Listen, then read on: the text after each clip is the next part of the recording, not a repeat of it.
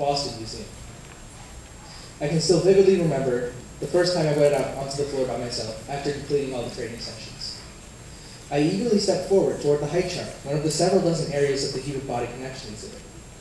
The height chart is a life-size graph up against a wall, which I can use to predict a visitor's height at any age with a decent amount of accuracy. The first person to ask me a question was a woman named Joanne. I answered her question and predicted her daughter's height in 12 years. She then asked me another question about why populations' average heights vary over time. Big mistake.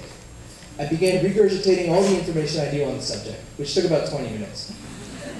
Once I finished, she thanked me, took her daughter's hand, looked some more around the exhibit to be courteous, and then left abruptly. I pondered for a while, wondering what I had done wrong. I thought back to our conversation and realized it hadn't really been a conversation. It had been more of a one-way lecture, with me talking nonstop and Joanne nodding and smiling back. I had ruined her experience.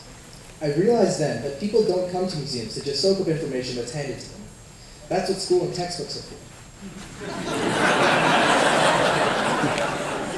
People come to museums to have fun and to interact with exhibits and other people in order to learn better and retain more information.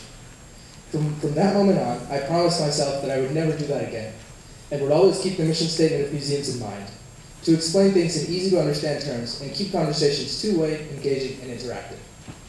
Since then, I've seen many more people walk away happy, often return with their spouse, children, or siblings, and sometimes even begin explaining it to them by themselves. You really feel great when you see a 10-year-old boy explain mutations of the PTC gene to his dad and younger brother. In this way, the museum maintains a mutual relationship in which we both benefit. I gain knowledge and experience, while the museum can expand and create new exhibits and collections. There are also many material benefits for me, as I gain free access to a variety of places, including the museum, its shows and presentations, the Harvard Library, and other famous historic places around Boston. Volunteering at the museum is a very enriching experience, one where I can give back to the community while also expanding my source of information. Thank you.